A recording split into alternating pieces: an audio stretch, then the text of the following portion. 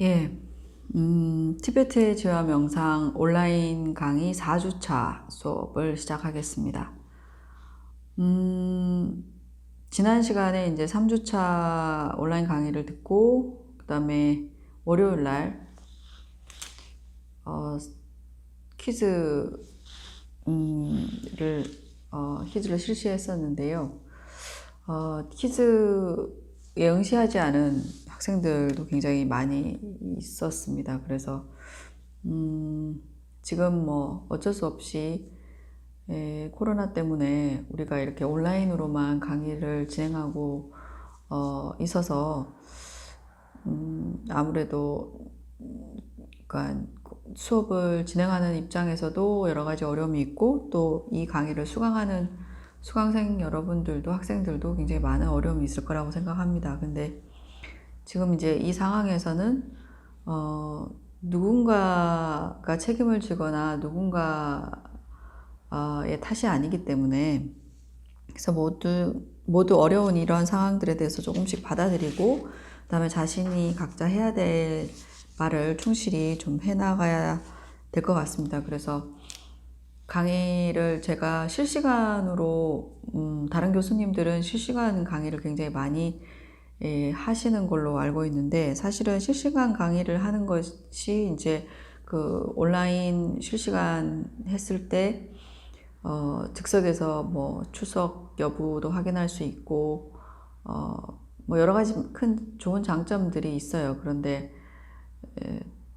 또 그 시간을 오롯이 이제 활용해서 수업을 들을 수 있으면 좋지만, 그냥 이제 온라인 강의만 켜놓고 또 실질적으로 수업을 수강하지 않는 그런 경우도 많기 때문에, 그래서 수업에 대한 어떤 효율성이나 그런 것들이 많이 떨어질 것을 우려해서, 그래서 저희는 이제 촬영을 해서 지금 이제 업로드를 하고 있고, 그 다음에 제대로 이 수업 내용을 들었는지 확인하기 위해서 이제 퀴즈를 실시하는 것으로 이제 수업을 진행하고 있습니다. 어쨌든 다음 주까지 온라인 강의를 하게 될 가능성도 지금 큰데요. 예, 쉽지 않은 부분인 것 같긴 합니다. 지금 학교에서는 또 연락이 오기를 4월 10일까지 이제 중간고사에 대한 공지를 이 클래스에 하도록 그렇게 연락이 왔고, 그 다음에 중간고사 일정은 4월 23일인가요? 23일부터 예, 중간고사 1학기 중간고사 일정은 4월 23일부터 5월 8일 금요일 사이에 비대면으로 실시하고, 그 다음에 마찬가지로 퀴즈처럼 이클래스 학습활동에서 이제 시험 부분 시험을 등록해서 여러분들이 이클래스를 통해서 이제 중간고사를 보는 비대면 형식으로 중간고사를 보게끔 그렇게 이제 학교에서 안내문이 나왔어요.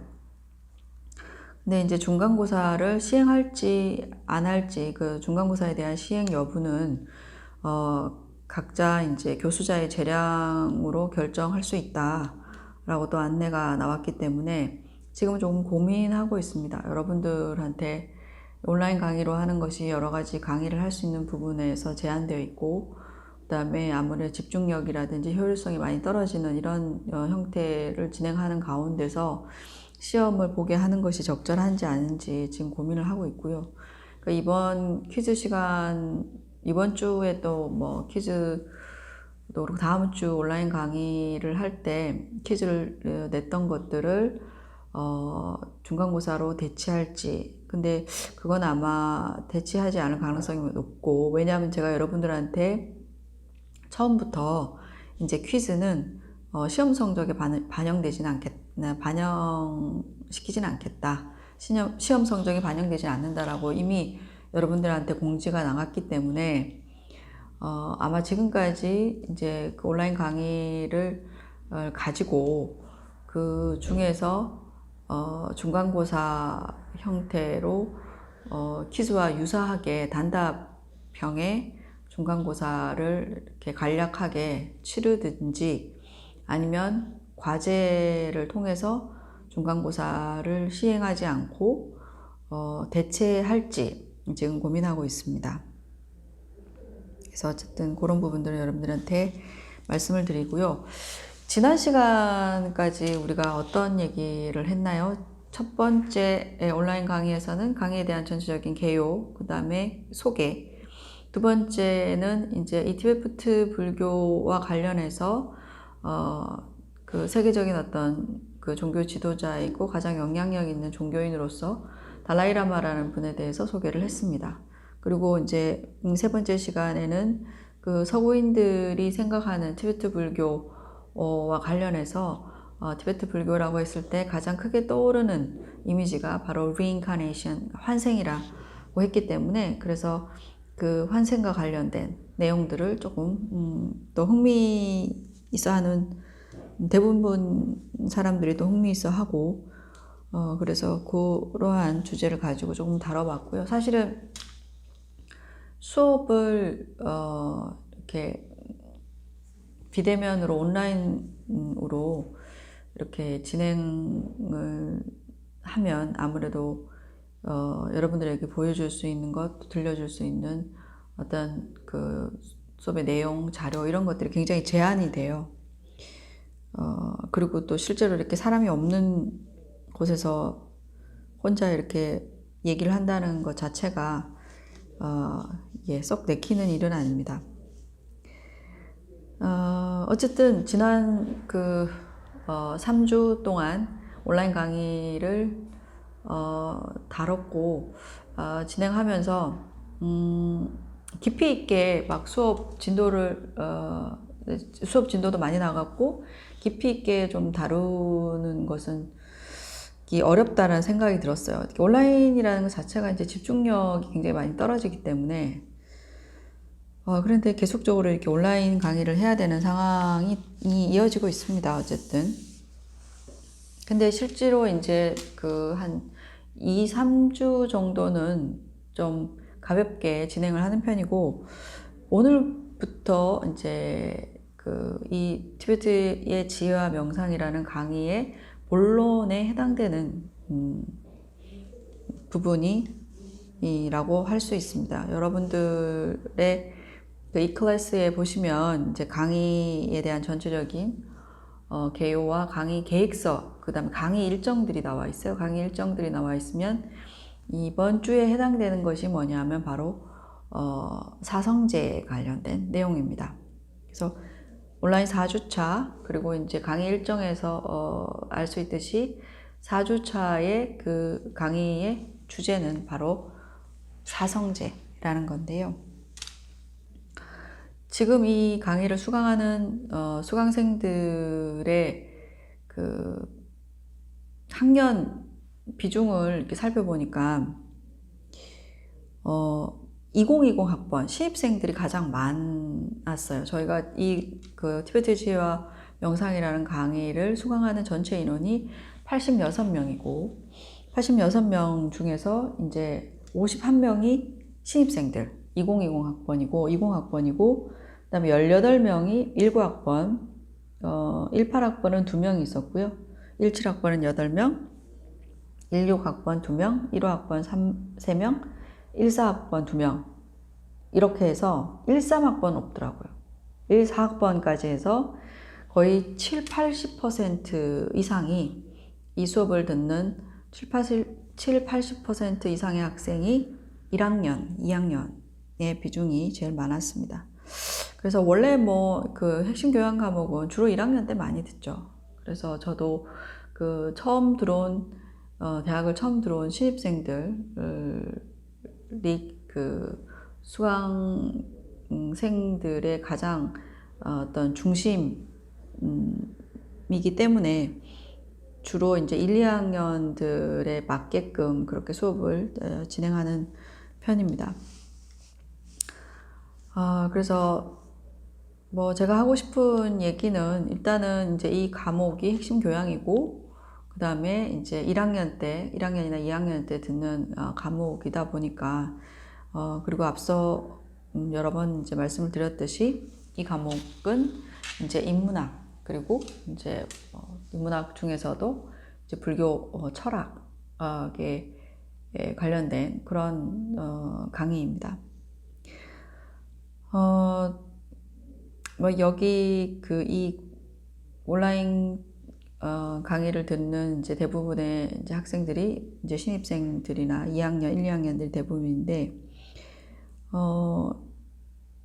신입생이 됐는데 학교로 왔는지는 잘 모르겠네요. 학교 지금 이런 상황 때문에 아마 2020 학번들은 이제 신입생으로서의 그런 캠퍼스 생활을 만끽하고, 그 다음에 새내기 대학생으로서 정말 꿈에 부풀어 있었던 학교 생활들을 기대했을 텐데, 아마 이렇게 비대면으로 이렇게 온라인이라는 공간에서 이제 강의를 들어야 되고, 또 교수님들을 만나야 되고, 그다음에 동기들이나 그다음에 선배들과 이제 소통할 수밖에 없는 그런 조금은 특별한 그런 상황에 놓여 있는 것 같습니다. 신입생들이 이제 학교에 들어와서 대학 생활을 어떻게 할 것인가에 대한 여러 가지 뭐 기대도 있을 것이고 또 고민도 있을 것이라고 생각하는데요. 저는 항상 이제 이 수업을 할 때 신입생들한테, 그리고 이제 앞으로의 대학 4년 동안 어떤 대학 4년을 보내야 할 것인지, 그리고 그 대학 4년을 보내는 가운데 이 수업을 듣는 것이 어떠한 의미를 가지는지에 대한 그런 연관성이나 얘기들을 굉장히 많이 해오곤 했습니다. 대부분 물론 100%는 아니지만 많은 학생들이 이제 신입생들이 이 수업을 듣고 있기 때문에요. 신입생들에게 조금 이제 당부하고 싶은 그런 이제 얘기들이 있어요. 여러분들이 이제 대부분은 지금까지 어떻게 보면 좀 수동적인 그런 삶을 살아왔을 거잖아요. 이제 초등학교 6년, 그 다음에 뭐 유치원부터 또 어린이집 뭐 이런 거까지 얘기할 수도 있지만, 그 다음에 중학교, 고등학교까지 무려 12년, 지금 이제 만으로는 18세일 것이고, 대부분 한국 나이로 이제 20살, 21살 이럴 텐데요. 그러니까 여러분의 인생 전체에 12년 이상 되는 세월을 어떻게 해요? 이 사회가 이끄는 대로, 그리고 가장 가깝게 여러분들의 부모님이 시키는 대로 여러분들은 굉장히 수동적인 어떤 삶들을 살아왔을 거라고 생각을 합니다. 만약에 이제 대면하면서 수업을 진행했으면 여러분들한테 직접적으로 이러저러한 질문들을 했을 것 같은데, 온라인이라서 그렇게 하지 못하는 부분이 굉장히 안타깝습니다. 어쨌든 이렇게 12년 동안 굉장히 수동적인 삶을 살다가 이제 여러분들은 대학이라는 것을 오게 됐는데, 물론 대학을 선택하는 과정에서도 자신의 자의적으로 선택한 경우도 있고, 아니면 뭐 타의에 의해서 뭐 부모님의 권유나 아니면 뭐 이제 선생님의 권유나 뭐 또 친구의 뭐 권유나 뭐 그런 이런저러한 여러 가지 것이 있었겠지만, 어쨌든 자이든 타이든 간에 동국대학교라는 곳을 선택해서 이제 입학을 하게 됐죠. 이게 대학에 진학하게 되었는데, 앞으로 이 4년이라는 이제 시간을 어떻게 보낼 것인가 하는 부분이에요.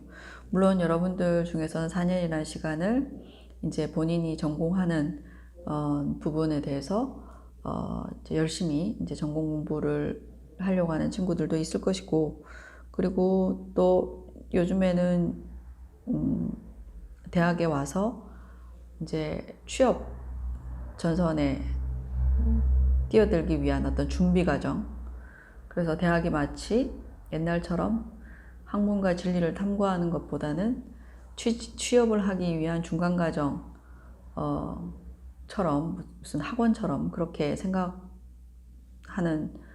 사람과 또 그러한 인식들이 많이 있습니다. 그래서 어쨌든 여러분들이 이제 사회에 나아가기 전에 이제 취업을 준비하는 어떤 과정으로서 이 대학을 생각하고 또 그런 취업을 하기 위해 준비하는 것들에 대해서도 여러분들이 또 생각하고 있을 거고요. 그리고 또 한편으로는 이제 지금껏 해보지 못했던 것들을 해보려고 하죠. 그러니까 대부분 이제 대학생이 되면 기존에 이제 뭐 청소년이기 때문에 하지 못했던 것들을 이렇게 해보려고 많이 시도를 할 겁니다. 이제 성인이 되었기 때문에 성인이 되어서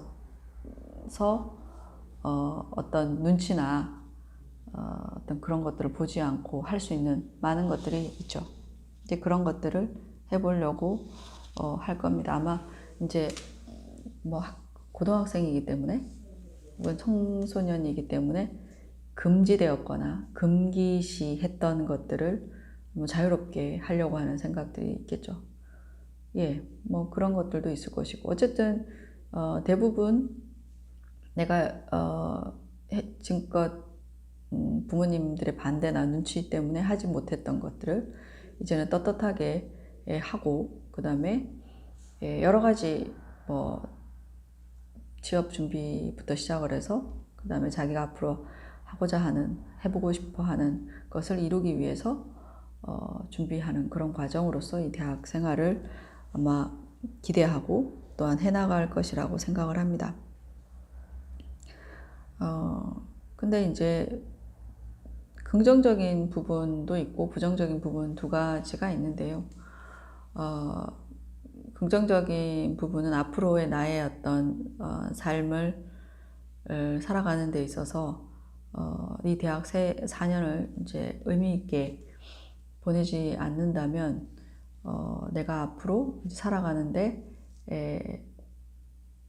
필요한 것들을 이루지 못할 것이라는 생각 때문에 누군가는 또 조급하게 이 대학 4년을 오로지 취업 준비로만 채우려고 하시는 분들도 있을 것이고 그리고 뭐 그런 것보다는 일단은 내가 하고 싶은 거 마음껏 해보자. 그러니까 약간 부정적인 의미로 뭐 음주 가무, 뭐 연애, 뭐 그런 것들을 마음껏 해보자 라고 생각하는 사람도 있을 겁니다. 그래서 어쨌든 이러한 모든 것들이 이제 가능한 것은 이제 여러분들이 이제 성인이 되었기 때문에 어른이 되었기 때문에 가능한 것이겠죠. 근데 이제 여러분들이 그야말로 이제 20살이 되었기 때문에 성인이에요. 성인인데 성인이라고 하는 것은 자신이 하는 행동에 책임을 진다는 의미이죠.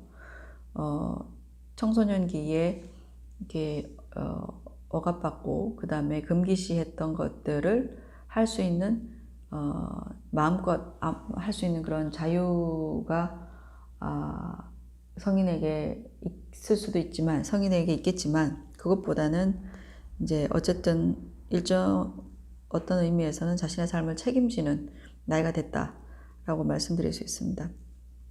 그래서 지금 여기 이 수업을 보시는 분들은 그죠, 다 어떻게 보면 성인, 어른이에요.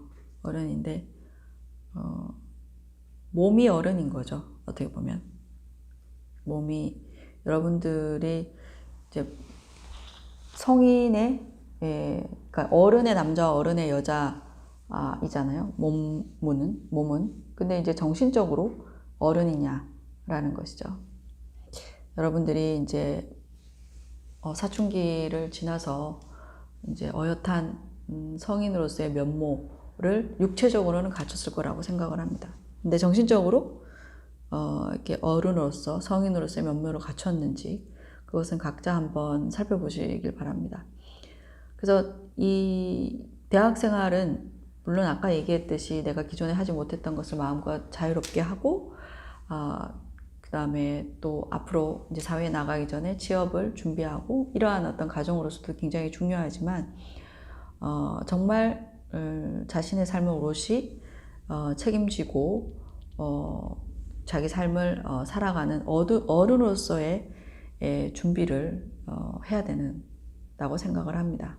그래서 이러한 교양 과목, 인문학이나 철학 과목이 굉장히 중요한 것은 그러한 토대나 바탕을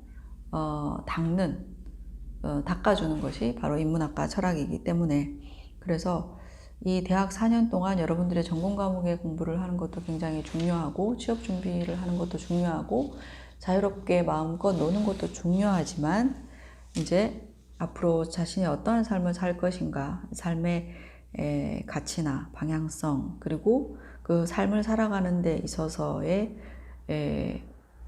어떤 생각의 바탕이 되는 토대를 마련해야 돼요. 이 대학 4년 동안. 그래서 그런 의미로 해서 여러분들이 이런 교양 과목 그걸 또 듣는 것이고, 그 다음에 교양 과목을 듣는 것에 그치는 것이 아니라 여러분들이 많은 그런 책이나 매체를 통해서 이제 그런 진정한 어른이 되기 위한 자신의 삶을 독립적이고 주체적으로 살아가는 한 존엄한 인간으로서의 준비를 이 대학 4년 동안 반드시 하셔야 됩니다. 그래서 인문학, 철학을 공부하지 않으면 어때요? 좋은데 취직해서 대기업이나 아니면 많은 대우가 그런 후한, 그러니까 돈을 많이 받는 그러한 좋은 어떤 곳에서 일을 하고 잘 먹고 잘 살면 되지 않는가? 굳이 왜 인문학이나 철학이라는 것이 필요한가? 이렇게 질문할 수도 있습니다. 사실 그런 얘기들을 수업 시간에 인문학과 철학의 중요성을 얘기를 할 때 많은 사람들이 그런 생각을 할 거예요. 그리고 그것이 나와 어떤 의미가 있을까라는 생각을 많이 할 것 같습니다. 근데 실질적으로 인간이 사회에 나가서 여러분들이 사실은 이 대학 4년이 여러분에게 있어서 가장 행복한 시기일 거예요. 앞으로 다시는 찾아올 수 없는 가장 행복한 시기일 거라고 생각합니다. 왜냐하면 지금까지는 이제 학업에 대한 중압감이 있었을 것이고, 대학을 오기 위해서 그랬는데 이제 거기로부터 벗어났고, 이제 성인으로서 인정받기 때문에 여러 가지 자유롭게 할 수 있는 것들이 많아졌고요. 또 반면에 아직까지 사회에 나가지 않았기 때문에, 사회에 나가면 모든 것을 다 책임져야 되잖아요.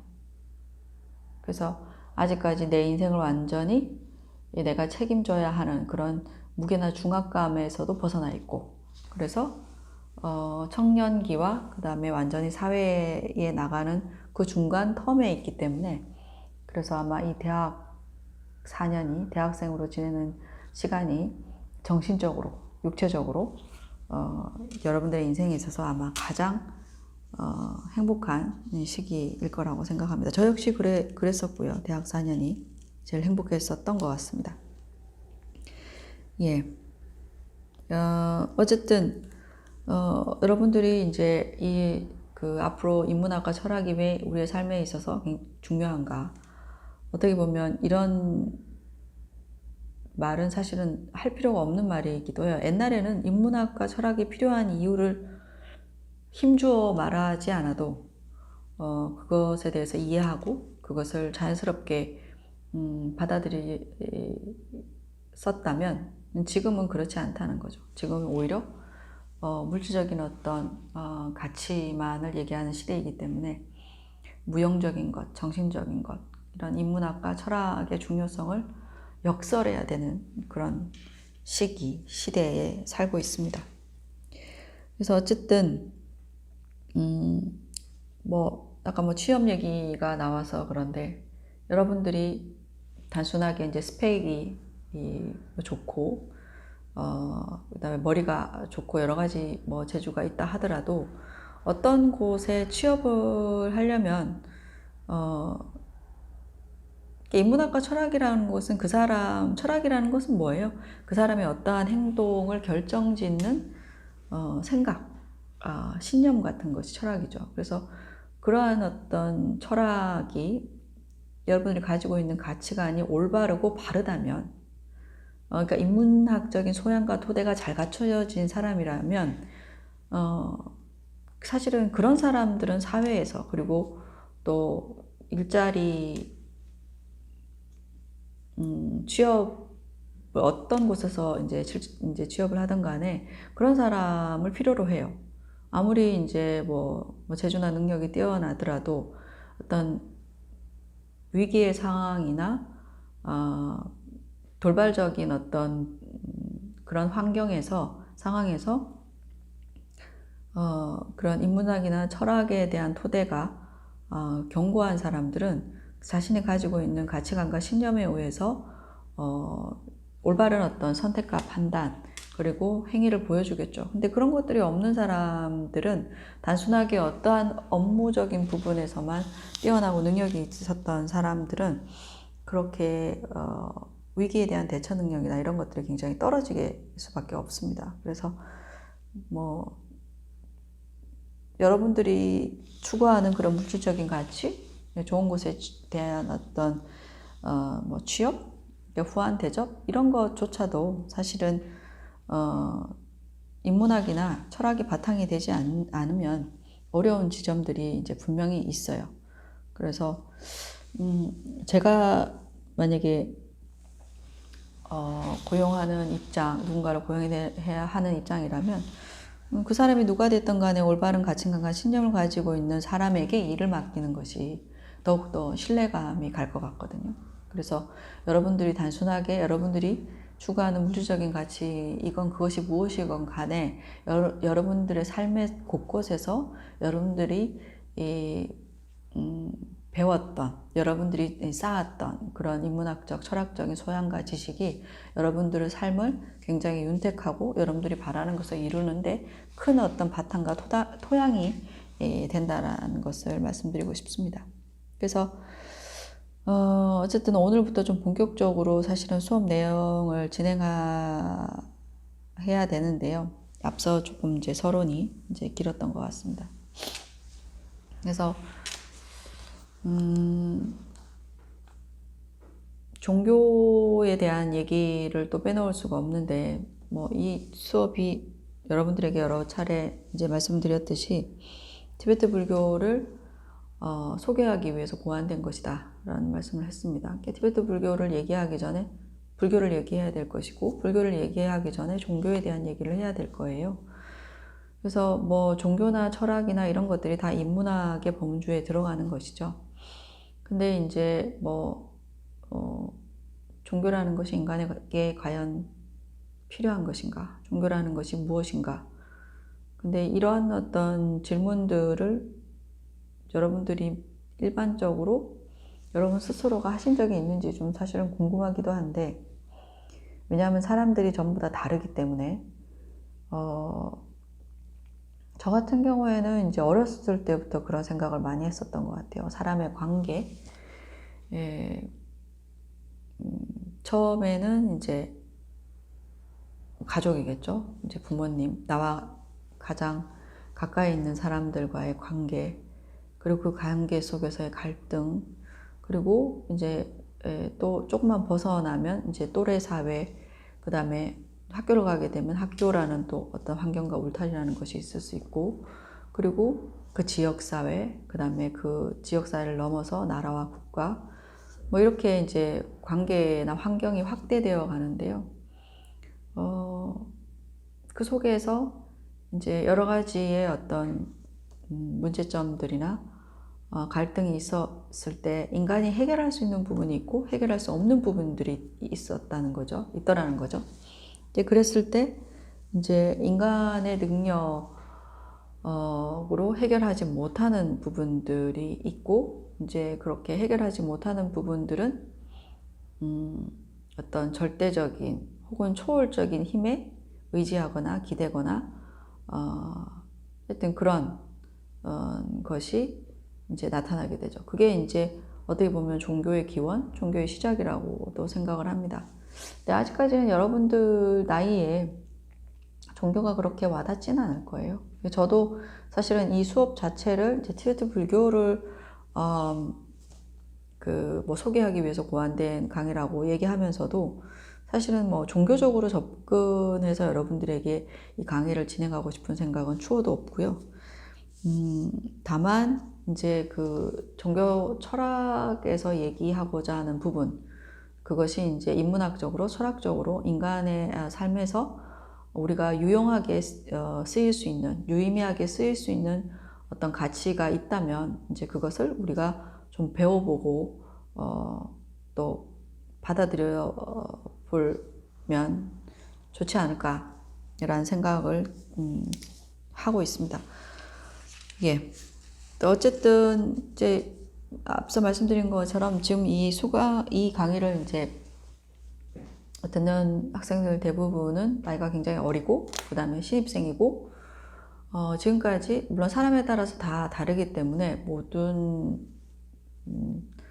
뭐 여러분들의 삶을 어떻게 살았는지 제가 모르는 상황에서 뭐 여러분들이 지금까지 이런 삶을 살지 않았느냐라고 말씀드릴 순 없겠죠. 그렇지만 아마 대부분은 뭐 그렇게 우여곡절이나 뭐 그런 그 굉장히 뭐 그 다이나믹하고 파란만장한 그런 삶을 살지는 않았을 거라고 추측돼요. 대부분은 그냥 이렇게 부모님 밑에서 이제 중고등학교를 졸업해서 그냥 무난하게 이렇게 대학교에 와서 물론 개별적으로는 크고 작은 어려움들이 있었겠지만 뭐 그냥 무난하게 이렇게 살아왔을 거라고 생각합니다. 그래서 인생에서 그렇게 큰 뭐 고난과 어려움을 겪지 않으면 사실은 종교라는 것이 그렇게 와닿지도 그리고 그렇게 뭐 필요하지도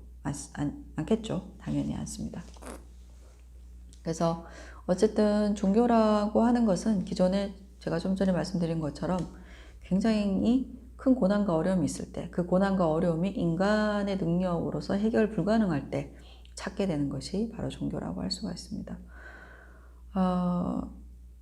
그래서 어떻게 보면 이제 막 신나게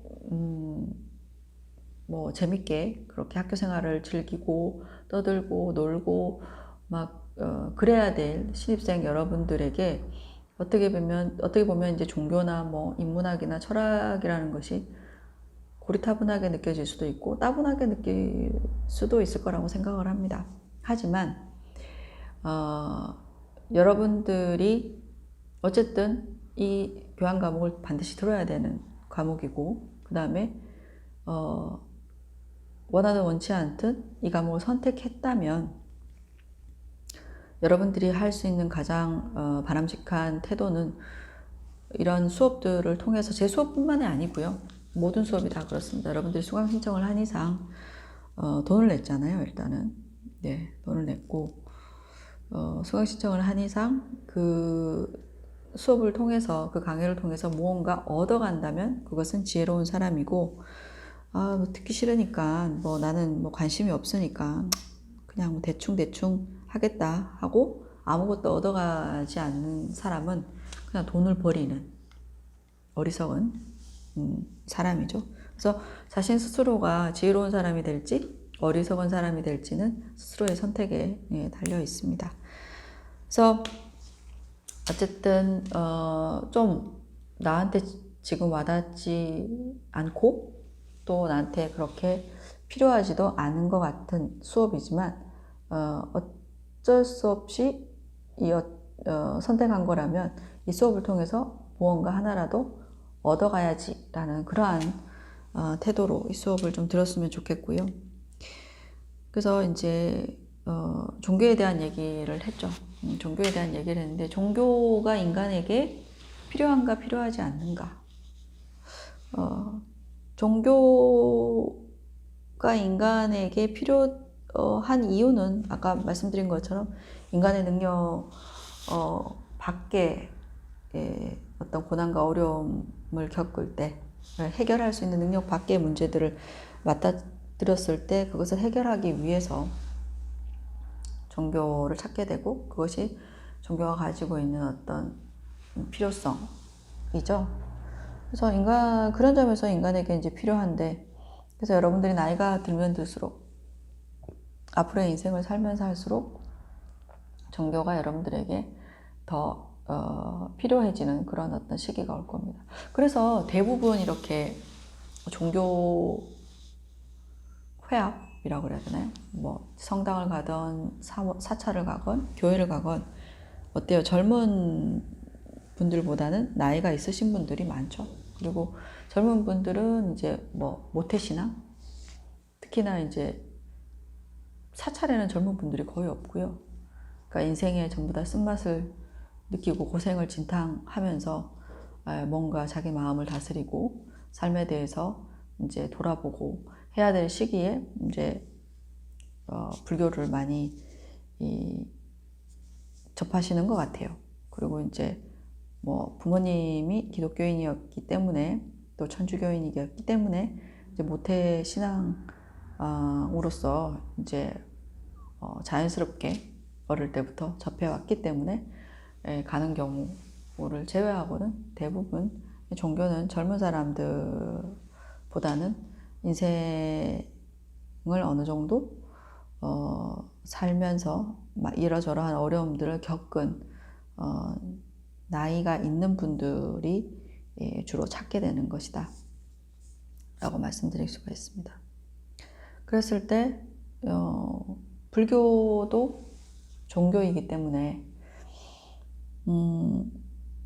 그렇다면 이제 불교라는 것은 이제 무엇일까라는 것이죠. 불교라는 것은 무엇일까?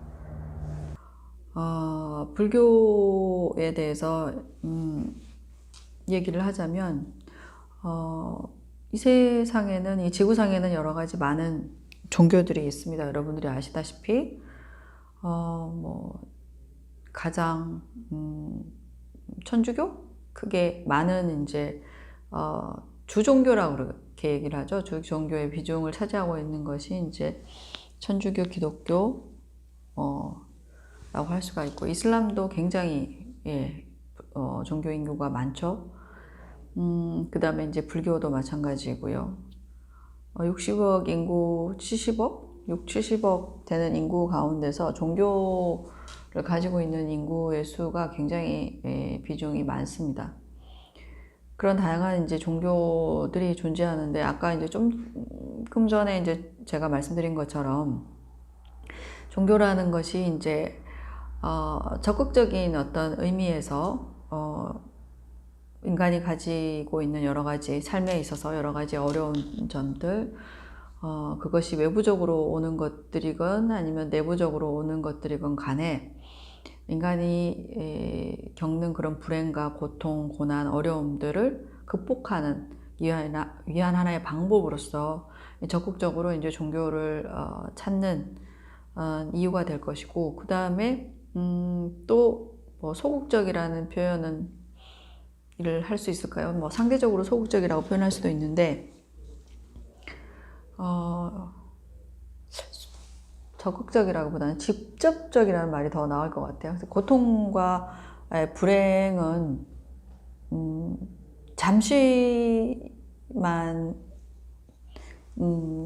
이라 하더라도, 잠깐의 고통과 불행을 겪는다 하더라도 견디지 못하니까 그것을 즉각적으로 해결하려고 하죠. 그것이 뭐 인간뿐만 아니라 뭐 동물이든 민물이든 이제 고통과 불행이 찾아올 때는 그것을 즉각적으로 해결하려고 합니다. 근데 인간이 가지고 있는 뭐 고통과 불행의 상황 역시 마찬가지일 것이고, 그런 상황에서 이제 인간의 능력 안에서 해결할 수 있는 부분이 있고 해결할 수 없는 부분이 있겠죠. 그래서 해결할 수 없는 부분에 대해서는 이제 뭐 종교의 힘을 빌리려고 하는 거죠. 절대자나 초월자 뭐 이런 것에 힘을 빌리려고 하는 것이, 그러니까 인간이 종교를 이제 찾게 되는 직접적인 원인이 아마 고통과 불행, 고통에 대한 해결에서 그 원인을 찾을 수 있고, 그 다음에 좀 뭐 직접적인 것보다는 좀 더 간접적인, 뭐 조금 소극적인 표현할 수 있을까요? 이유는 뭐냐면 바로 행복의 구현이기도 합니다. 그래서 보통 대부분 사람들이 이제 종교에 의지하는 여러 가지 이유가 이제 고통의 해결도 있지만 좀 더 나은 삶을 살고 행복하기 위해서 종교에 의지하는 경우도 굉장히 많죠. 그러니까 여러분들이 이제 대학 입시를 앞두고 아마 대부분 이제 종교를 가지고 있는 부모님들 중에서 뭐 종교를 가지고 있는 분들은 대부분 뭐 교회나 아니면 사찰이나 이런 데 가서 자식의 그 대학 합격 기원을 하고 기도를 하는 그런 경우가 많죠. 그것도 일종의 보면 행복을 바라는 그런 마음에서 이제 기인한 것이라고 할 수가 있죠. 그래서 대부분 제가 이렇게 강의를 뭐 대학 강의도 하지만 가끔은 이제 그 사찰에서 운영하는 그런 불교 대학에서 강의를 하면 이제 연세가 있으신 분들이 많이 계세요. 그러면 그분들한테 왜 절에 다니시느냐라는 질문을 굉장히 많이 합니다. 그런 질문을 하면 대부분의 대답은 남편의 사업이 잘 되고, 그 다음에 자식들이 건강하고, 그 다음에 자식들이 하는 일이 잘 되고, 그 다음에 뭐 자식뿐만 아니라 뭐 손주가 뭐 예를 들어서 학생이면 이제 학업 성취, 대부분 이제 가족의 이제 안녕과 행복, 그 다음에 뭐 소원 성취, 이런 것들이 또 종교를 믿는 절에 다니는 이유기도 해요. 그래서 이것은 종합적으로 뭐 여러 다양한 방법으로 이제 다양한 형태로 이제 사람들이 표현을 하겠지만 뭔가를 이제 기원하고 바라는 그런 마음에서 이제 뭐 종교에 의지하겠지만 그것을 종합해서 들여다보면 결국에는 한마디의 말로 귀결된다고 할 수가 있습니다. 그것이 바로 뭐냐면 행복이라는 것이죠. 그래서 남편의 사업이 번창했으면 좋겠다. 결국에는 남편의 사업의 번창이 으로 인해서 얻는 것은 뭐죠? 이제 금전적인 어떤 이익, 그리고 그로 인해서 경제적인 어떤 그 풍요, 그렇죠. 경제적 여유, 뭐 이런 것들로 인해서 가지는 물질적인 행복이 있죠. 육체적이고 물질적인 어떤 행복들이 있잖아요. 그래서 남편이 사업이 번창했으면 좋겠다라는 그 말 속에는 결국에는 경제적 여유와 그로 인해서 생기는 여러 가지 행복들을 바라는 것이죠.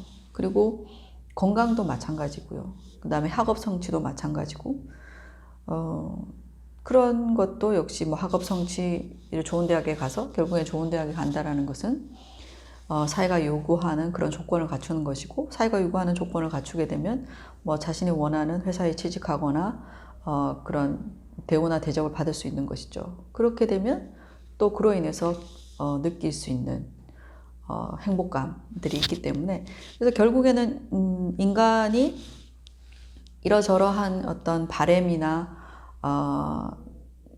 그런 바램들을 이루기 위해서 종교에 의지하는 것도 결국에는 궁극적으로 보면 바로 행복을 이루고자 하는 마음이라는 것이죠. 그래서 종교에 의지하는 그것이 적극적인 원인이든 좀 간접적인 원인이든 간에 고통을 해결하고 행복을 이루기 위해서 종교에 의지한다 라고 말씀드릴 수가 있습니다. 그래서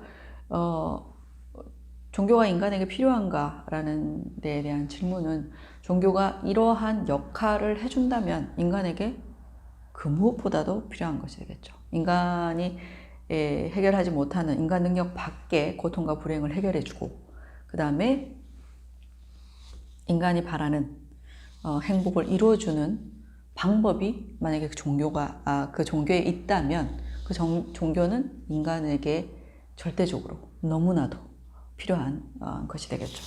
그래서 그것이 종교의 존재의 이유입니다, 사실은.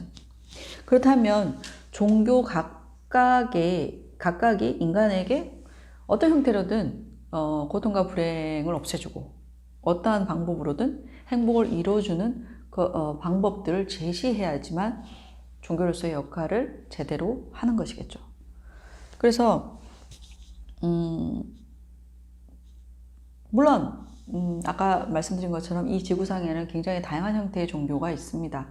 물론 원시적인 어떤 뭐 샤머니즘이나 토테미즘 같은 그런 형태가 있지만은 인간의 어떤 이성, 인간의 지성들을 충족시켜 줄 수 있는 그런 철학과 교리가 바탕이 된 그런 종교들이 있습니다. 앞서 이제 말씀드렸던 그런 뭐 천주교, 기독교, 유대교, 이슬람, 그 다음에 불교, 자이나교, 시크교, 힌두교 뭐 이런 것들이 바로 어떤 철학을 가지고 있는 종교적 철학, 뭐 교리라고 얘기하죠.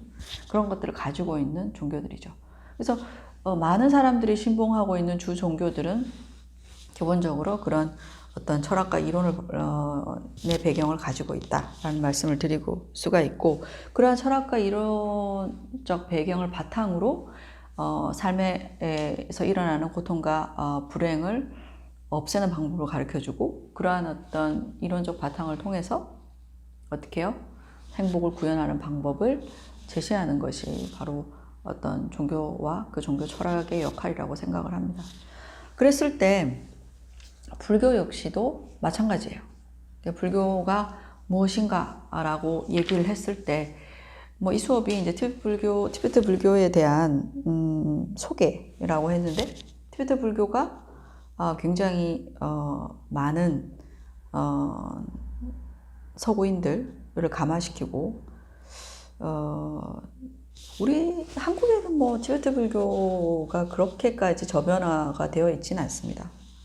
아는데 지금 이제 거의 시작 초창기이기 때문에 그렇기도 한데, 뭐 유럽이나 한국을 아시아 일부를 제외한 대부분의 이제 다른 나라에 가보면 굉장히 많은 티베트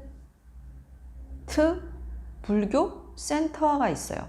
센터라고 하는 것은 이제 일종의 뭐 우리로 얘기하면 포교당 같은 것인데, 포교당이라는 말이 여러분들에게 어려울 수도 있나요? 하여튼 작은 이제 간이 사찰 같은 센터라는 것은 이제 티베트 불교를 공부하거나 뭐 티베트 어떤 그 불교를 접할 수 있는 그러한 곳을 불교 이제 다르마 센터라고 얘기를 합니다. 보통 다르마 센터라고 얘기하는데, 한 번은 이제 달라이라마께서 그런 말씀을 하셨던 것이 기억이 나요. 세계 어딜 가든지 간에 중국집이 있다는 거예요. 중국 요리집? 그러니까 우리로 얘기하면 뭐 반점 같은 거죠. 중국 식당이 있다는 거예요. 차이나 레스토랑. 그래서 세계 어디 가든지 중국 음식점이 있는데 왜 있겠냐고 그런 말씀하셨던 것이 기억이 나요. 그러니까 굉장히 많은 사람들의 입맛을 사로잡은 거죠. 중국 음식이 맛있기도 하고. 그래서 전 세계 어느 지역을 가든 전 세계 전역에 중국 음식점이 있는 것처럼, 유럽이나 미국, 뭐 이제 그리고 일부 아시아 지역, 한국을 제외한 대부분의 나라에 가면 티베트 다르마 센터가 있다라는 거죠. 그래서 많은 종교가 있지만 그만큼 티베트 다르마 센터가 이제 그 세계 전역에 있는 것은 많은 이들의 종교로서 많은 이들의 감화를 주고, 많은 이들에게 그 중국 음식이 많은 사람들의 세계인의 입맛을 사로잡았듯이 티베트 불교가 많은 이들의 큰 반향을 일으켰다라는 것입니다. 그래서 뭐 그런 유의 말씀을 하셨던 것이 기억이 나요. 그래서 어쨌든 티베트 불교가 제가 첫 번째 시간에도 이제 여러분들에게 말씀을 드렸던 걸로 기억이 나는데, 많은 국가들이 있습니다. 그러니까 아시아는 지금 일찍이 이제 일본을 아시아 국가 중에서 이제 선진국으로 그렇게 얘기를 하고, 한국도 지금 그 대열에 들어가고 있는 셈이죠. 근데 일찍이 이제 그 뭐 산업화를 통해서 물질 문명의 번영을 경험했던 이제 서구 유럽에서는 사실은 많은 어떤 문제점들이 있어 왔어요. 그 사회에. 그래서 사람들이 물질적인 것의 어떤 극한, 정점을 이제 경험하고 그 물질적인 어떤 발전과 번영에 발맞추어서 정신적으로도 발전을 해야 되는데 물질적인 것은 발전을 하는데 정신적인 것이 제자리 걸음이나 도태되면 불균형의 현상이 일어나게 됩니다. 그래서 그 불균형의 현상에서 일어나는 것은 이제 사회적인 여러 가지의 문제점들을 야기시키는 것이죠.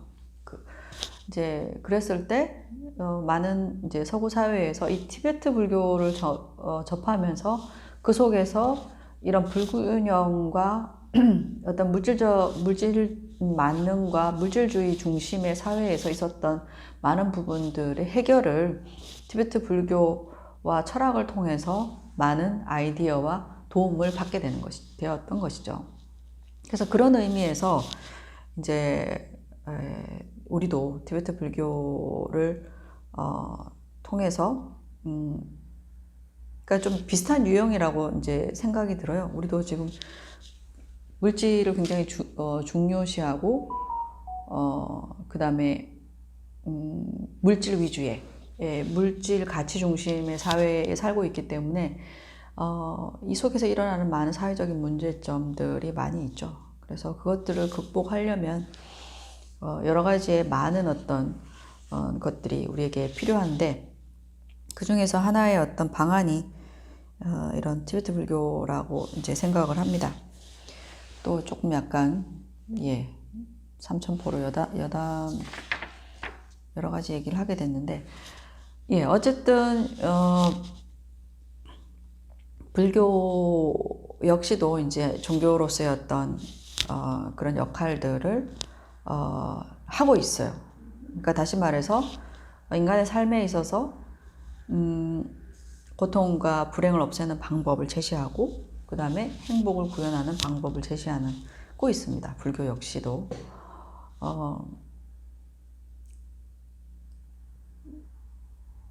그랬을 때 이제 티베트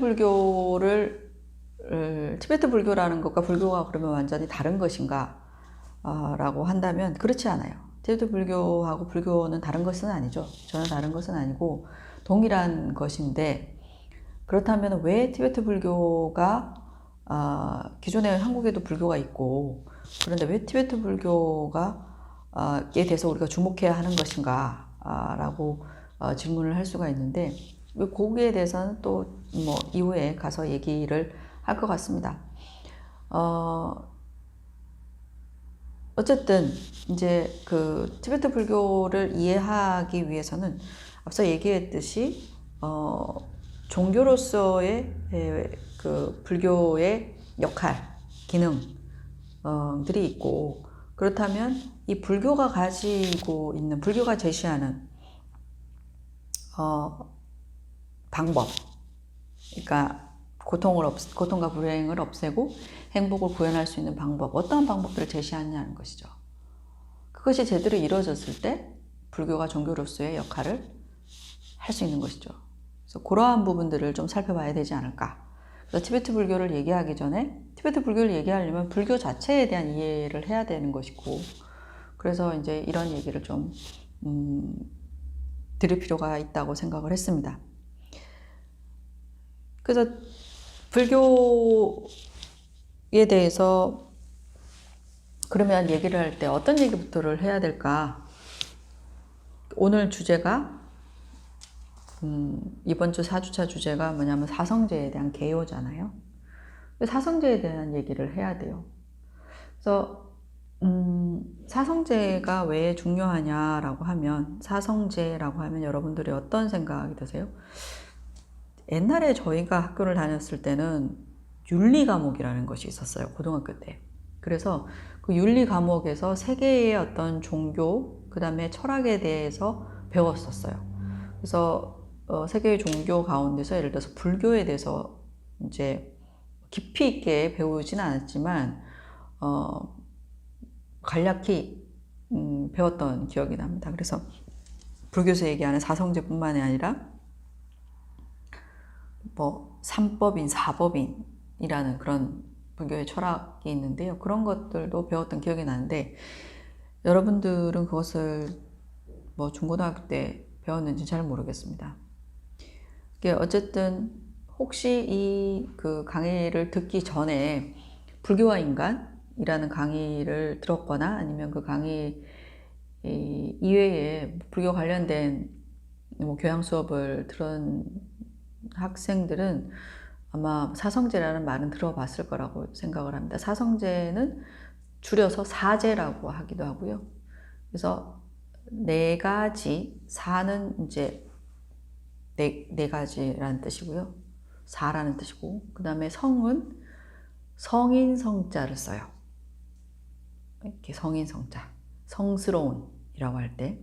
그 다음에 제는 진리라는 뜻입니다. 그래서 네 가지 진리인데 보통 영어에서도 그렇고 이제 한역에서도 사성제를 한국어로 바꾸면 네 가지 성스러운 진리라고 이렇게 바꿔요. 근데 이제 티베트에서는 성스러운이라고 형용사로 번역하기보다는 명사로 번역을 해요. 네 가지 성현의 진리라고 번역하기도 합니다. 그래서 어쨌든 네 가지 진리예요. 이것이 뭐 성현의 진리인지 성스러운 진리인지는 뭐 좀 제쳐두고도 네 가지 진리이죠. 근데 불교를 얘기하는 데 있어서 이 네 가지 진리가 굉장히 중요해요. 그래서 앞서 말씀드린 것처럼 이 네 가지 진리의 사제의 모든 불행과 고통을 없애고 그 다음에 궁극적인 진정한 행복을 이루는 방법과 원리가 나와 있습니다. 그것이 바로 사성제에 대한 얘기예요. 사제에 대한 얘기예요. 그래서 사성제가 불교의 가르침 중에서 굉장히 근본적이고 핵심적인 내용입니다. 그리고 또한 석가모니 부처님, 이제 불교에서는 붓다라는 인물이 있잖아요. 우리가 한국어로 부처님이라고 부르는 이제 산스크리트 인도 고대어로는 붓다라고 얘기를 합니다. 붓다라는 말은 각자라는 뜻이죠. 깨달은 사람이라는 의미예요. 깨달은 사람이 여러 사람이 있을 수 있죠. 여러 사람이 있을 수 있는데 붓다라는 깨달음의 지위, 최고의 그 깨달음을 이룬 사람. 그러니까 정각자라고 하기도 하고요. 그래서 어쨌든 여러 가지의 깨달음이 있으나 그 중에서 가장 상위의 최고의 깨달음을 얻은 존재를 붓다라고 부릅니다. 그걸 이제 한국말로 우리가 부처님이라고 얘기하죠. 그래서 이 붓다라는 분은 보통 여러분들이 붓다라는 말이 고유명사라고 생각할 수도 있는데 고유명사는 절대 아닙니다. 고유명사는 하나밖에 없죠. 여러분들의 이름, 우리가 쓰고 있는 이름 이런 것들이 고유명사인데 붓다는 보통명사입니다. 그래서 지금 여러분들이 이 온라인 강의를 듣고 있는 사람들이 여러분들이 이렇게 뭐 열심히 수양을 하고 도를 닦아서 열심히 수행을 하면 해서 붓다의 깨달음을 얻게 되면 여러분들 역시도 붓다라고 불릴 수 있다는 겁니다. 그래서 일종의 선생님이라는 말과 같은 거예요. 누군가를 가르칠 수 있는 교사로서의 자격과 조건이 갖춰주면 선생님이라는 이름으로 불리게 되는 거잖아요. 그런 거와 마찬가지로 붓다라는 것도 붓다의 깨달음의 경지에 이르고 그런 최고의 어떤 깨달음을 얻게 되면 여러분 역시도 붓다라고 불릴 수 있다는 겁니다. 그래서 어쨌든 이 붓다라는 존재가 이 인류 역사상 가장 가까이에 언제 존재했었냐라고 하면 2500년, 3000년 사이에 전에 인도에 이런 분이 출현하셨다, 나왔다. 그래서 그분의 이름은 고타마 시타르타라는 분이고 석가모니라는 말은 우리 석가모니 부처님이라고 얘기를 하죠. 석가는 이 고타마 시타르타라는 이름은 태자일 때 원래 이제 왕족이었고 그 다음에 이제 태자였을 때의 이름이 고타마 시타르타였어요. 그래서 석가모니는 원래 샤캬모니에서 온 음력화된 그런 말인데요. 석가족, 그러니까 샤가족에서 가장 뛰어난 자, 성취한 자라는 말로써 이제 석가모니라는 이름이 붙여지게 돼서 그래서 우리가 석가모니 부처님이라고 하는데 어쨌든 고타마 시타르타 라는 사람이 석가족 출신이고 그가 이제 깨달음을 얻었기 때문에 이제 석가모니 부처님이라고 이렇게 부르게 된 거죠. 그래서 어쨌든 역사 속 인물이에요. 그러니까 뭐 우리가 뭐 신, 그러니까 하나님이라고 하나요? 하나님, 뭐 여호와, 천주교에서는 천주님, 뭐 이제 힌두교에서 얘기하는 여러 신들은 역사 속의 인물은 아니죠. 왜냐하면 신이니까, 신적 존재니까요. 근데 이제 고타마 시다르다 석가모니 부처님은 역사 속에 출연한 인물이죠. 그렇습니다. 그래서 중요한 것은 이 그 2500년 훨씬 전에 인도에 고타마 시타르타라는 이제 사람이 태어났고 그 사람이 최고의 깨달음을 얻으면서 석가모니 부처님이라는 존재가 되었는데 이분이 깨닫고 나서 그러니까 붓다가 되고 나서 이제 사람들에게 처음 당신이 깨달은 바를 가르침을 전할 때 맨 처음 했던 말씀이, 법문이 바로 뭐냐 하면 사성제예요.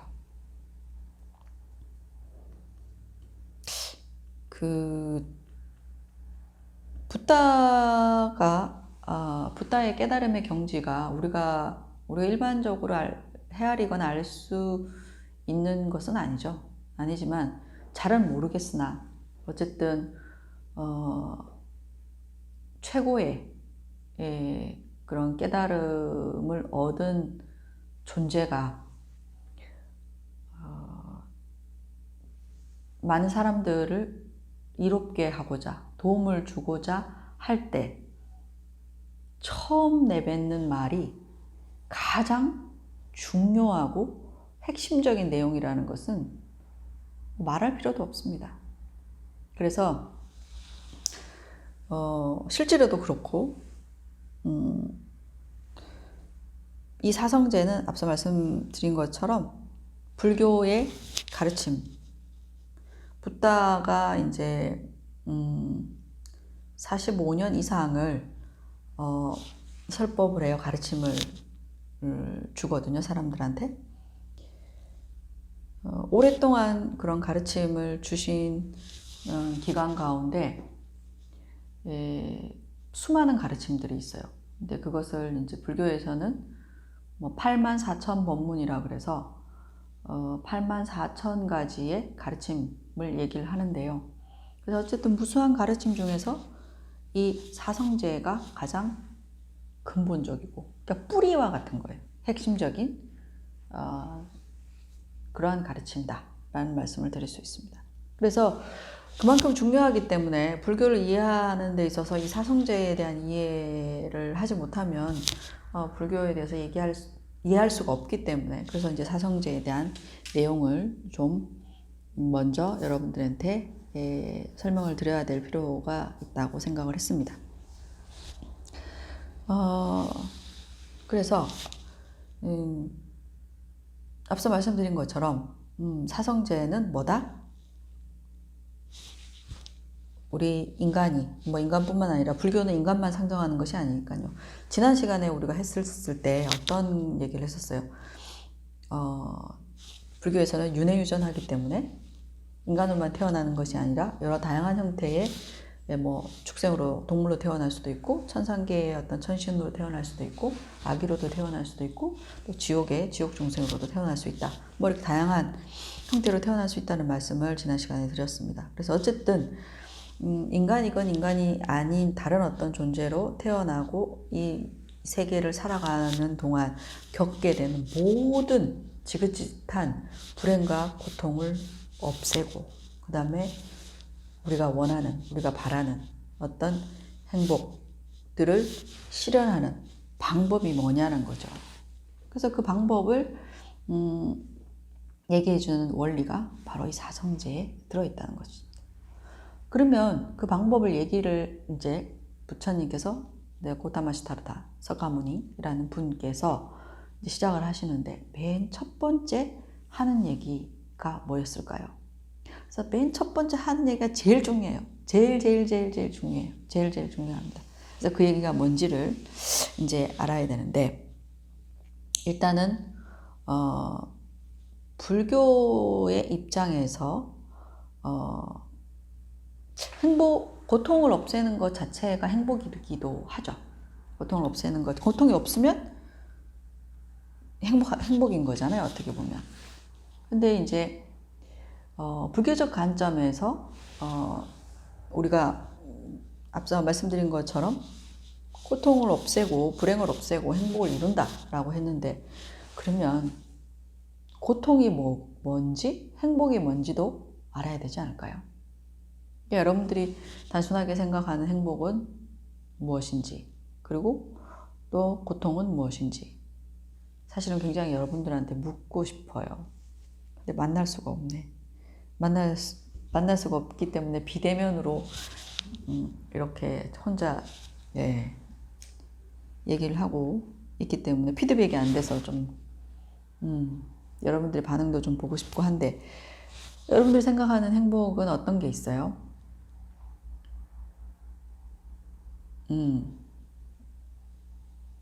행복은 여러 가지가 있습니다. 보통 제일 쉽게 얘기하는 행복들은 어떤 게 있어요? 육체적인 행복, 물질적인 행복이 있고 그 다음에 또 뭐 정신적인 행복이 있겠죠. 만족감 그런 것들도 행복입니다. 그리고 또 고통은 여러분들 생각하는 고통은 뭐예요? 여러 가지 뭐 육체적인 고통이 있고 또 정신적인 고통 이렇게 있습니다. 그래서 간추려서 이제 말씀을 드리면 행복이라는 것도 육체적인 것, 물질적인 어떤 충족에 의해서 느끼는 그런 육체적인 행복이 있고 그 다음에 정신적인 행복이 있고 고통이나 불행 역시도 물질적인 것들이 충족되지 않아서 느끼는 그런 고통도 있고 그리고 물질적으로는 다 뭐 문제가 없는데 정신적으로 느끼는 괴로움과 고통이라는 것도 있습니다. 자, 그렇게 봤을 때 고통과 행복이라는 것은 크게 두 가지로 나뉘네요. 정신적인 영역과 육체적인 영역으로 나뉘어집니다. 그랬을 때 이러한 부분에 대해서 여러분들은 어떻게 생각하시는 거지? 인간에게 있어서 정신적인 행복, 불행이 더 우위에 있을까요? 아니면 육체적인 행복과 불행이 더 우위에 있을까요?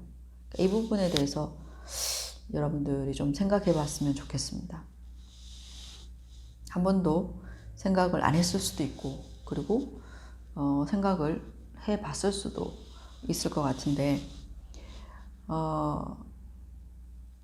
배고픔, 그 다음에 추위, 더위 뭐 이런 것들은 뭐예요? 육체적인 으로 느끼는 괴로움, 고통이죠. 그리고 반대로 너무 배고팠는데 너무 굶주렸는데 밥을 먹으면 그때 느끼는 행복감이나 편안함이 있죠. 그거 역시 육체적으로 느끼는 행복입니다. 그리고 또 반대로 굉장히 그 물질적으로 안락한 삶을 사는 사람들이 있잖아요. 경제적인 여유가 돼서 뭐 좋은 차를 몰고 그 다음에 좋은 집에 온갖 좋은 것들을 다 갖춰 놓고 살지만 정신적으로 우울감이라든지 아니면 여러 가지 어떤 걱정, 근심, 괴로움으로 사는 사람들이 있어요. 그런 사람들은 육체적으로는 안락하지만 정신적으로는 굉장히 불행하고 괴로운 상태에 있는 것이죠. 그리고 마찬가지로 육체적으로는 뭐 좋은 집은 아니지만 그래도 자신이 머물고 있는 뭐 공간이나 환경이 그렇게 썩 훌륭하진 않지만 정신적으로 굉장히 편안하고 그 다음에 큰 괴로움과 근심 걱정 없이 편안하게 지낸다면 그 사람은 육체적으로는 그렇게 안락하지는 못하더라도 정신적으로 굉장한 만족과 행복감을 가지고 있죠.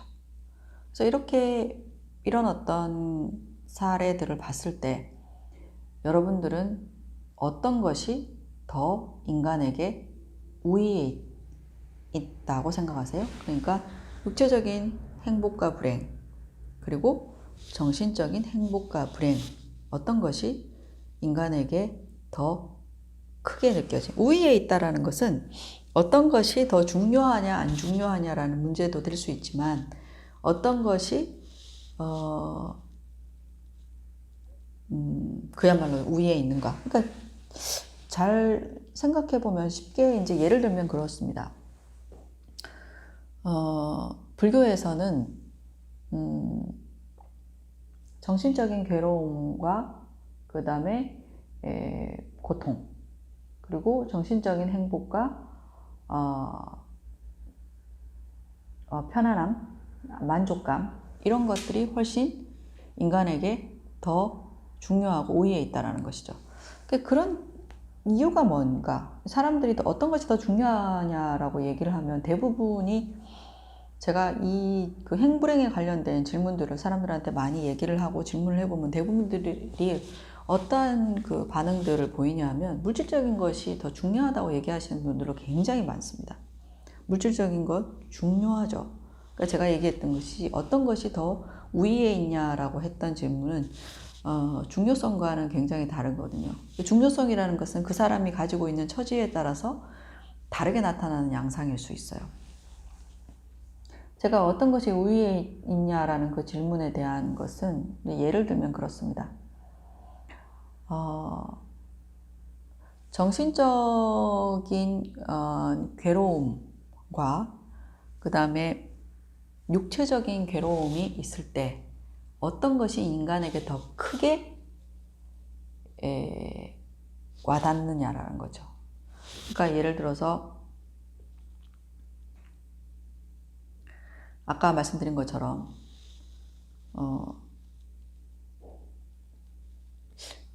정신적인 어떤 만족감이나 행복감이 하고 그 다음에 육체적인 어떤 괴로움하고 비교해 봤을 때 인간은 정신적인 행복감이나 성취감, 만족감을 더 선택한다는 거예요. 예를 들어서 그 스포츠 선수들이 육체적으로 굉장히 그 강도 높은 운동을 하거나 아니면 또 실질적으로 경기나 시합에서 굉장히 육체적으로 많은 고통을 겪잖아요. 근데 그것을 감내할 수 있는 힘은 어디서 오는 거예요? 바로 정신적인 어떤 성취감과 만족감 때문이겠죠. 그래서 달라이라마께서 옛날에 이제 그런 얘기를 하셨는데, 이제 권투 선수가, 복싱 선수가 막 두 사람이 막 이렇게 치열하게 싸워요. 싸우면 그 매 라운드마다 막 진짜 얼굴이 다 쥐어터지고 일그러지고 막 피가 철철철 나고 막 이런 상황이 돼도 그것을 감내하고 참죠. 그런 육체적인 고통. 그래서 인간이 육체적인 것보다 인간의 정신이 우위에 있기 때문에 당연히 인간에게는 정신적으로 느끼는 고통과 행불행이 더 위에 있을 수밖에 없습니다. 그리고 또 한 가지 예를 들면, 만약에 물질적인 것이 정신적인, 육체적인 행불행이 더 위에 있다면, 예를 들어서 물질적으로 굉장히 이제 그 모든 조건을 다 갖춘 사람들, 아까 이제 얘처럼 경제적 여유가 굉장히 있는 사람이 좋은 차와 좋은 집과 굉장히 안락하고 편안한 집에 살았는데, 그러면 이 사람은 물질적으로 육체적으로 굉장히 행복감과 만족감이 있어야 되는 상태여야 되잖아요. 근데 이 사람 마음에 하나의 의심과 분노와 혹은 시기심, 질투, 그 다음에 누구에 대한 어떤 그런 마음의 의심의 싹이 움트게 되면 그때부터 말하자면 괴로움과 고통이 시작되는 것이죠. 그래서 만약에 물질적인 행복이 정신적인 것을 압도할 수 있다면 이 사람이 편안한 어떤 그런 모든 물질적인 조건들을 갖추고 있음에도 불구하고 그 사람이 느끼는 정신적 괴로움을 말하자면 커버할 수가 없잖아요. 그래서 이것은 무엇을 의미하냐 하면 아무리 잘 살아도 마음이 불행하고 괴로운 사람은 어떻게 해요? 진정한 행복을 맛볼 수 없다는 것이죠. 그래서 결국에는 인간뿐만이 아닙니다. 그러니까 마음을 가지고 있는 모든 생명체 존재들은 마찬가지로 정신적인 어떤 괴로움과 고통이 있으면 물질적으로 아무리 풍요롭고 최고의 안락함을 가지고 있다 하더라도 그것을 해결할 수 없다는 것이죠. 그래서 이런 것을 비추어 봤을 때 어떻게 해요? 정신적인 행불행이 육체적인 행불행을 보다 우위에 있다는 것을 알 수가 있어요. 반대로 마찬가지죠. 여러분들이 대학 시험에 붙었을 때 되게 기뻤거나 대학 시험뿐만 아니라 여러분들이 생각할지도 못하는 그런 정신적으로 굉장히 큰 만족감과 행복을 느낄 때 육체적으로 예를 들어서 다리가 부러졌거나 좀 물질적으로 좀 손해가 났다 하더라도 어때요? 그것들은 개의치 않죠. 그래서 물질적으로 결핍과 부족함이 있다 하더라도 마음으로 느끼는 행복감과 만족감이 크면 물질적인 부족과 결핍을 커버할 수 있다는 것이죠. 그래서 이러한 것은 무엇을 의미하냐면 바로 인간뿐만 아니라 마음을 갖고 있는 모든 생명체에게 있어서 정신적인 행불행과 육체적인 행불행 가운데서 가장 우위에 있는 것이 뭐다? 정신적으로 느끼는 행불행, 그 다음에 정신적으로 느끼는 것에 있다, 행불행에 있다라고 말씀드릴 수가 있습니다. 그래서 이것이 시사하는 바는 뭐예요?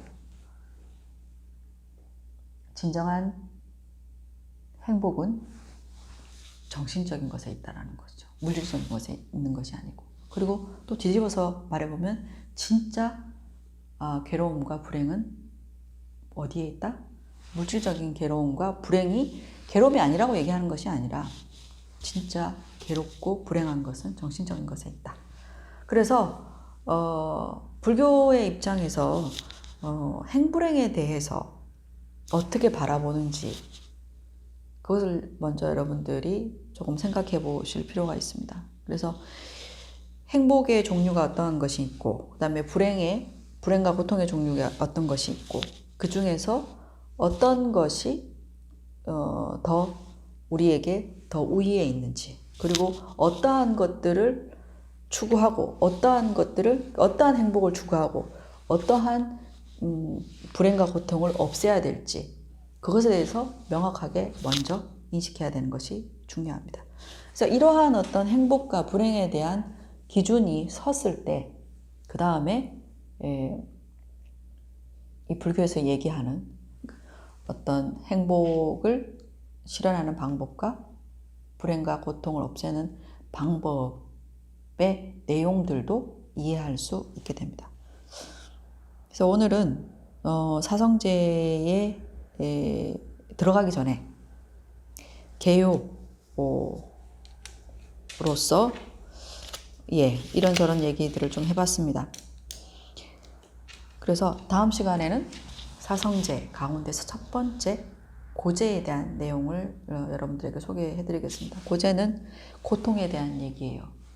그래서 아까 말씀드린 것처럼 고타마 시타르타라는 분이 석가모니라는 붓다가 붓다를 이루고 나서 깨닫고 나서 가장 먼저 첫 번째로 한 바로 이 고통에 대한 얘기 시작하겠습니다. 왜 고통을 가장 먼저 얘기했을까요? 여러분들도 다음 온라인 강의가 시작되기 전에 석가모니 부처님이 왜 좋은 얘기 놔두고 왜 가장 먼저 고통에 대해서 말씀하셨을까? 한번 여러분 스스로도 생각해 보시기 바랍니다. 직접 대면하면 또 그런 여러분들이 생각해 온 바를 얘기를 들을 수 있을 것 같은데 대면을 못하기 때문에 여러분들의 얘기는 들을 수 없을 것 같아서 많이 아쉽습니다. 어쨌든 오늘은 여기까지 수업을 하고 다음 시간에 이어서 그 사성제에 대한 내용을 그 중에서도 이제 고제, 서퍼링, 고통에 대한 얘기를 다음 시간에 하도록 하겠습니다. 오늘 수업 여기까지 하겠습니다.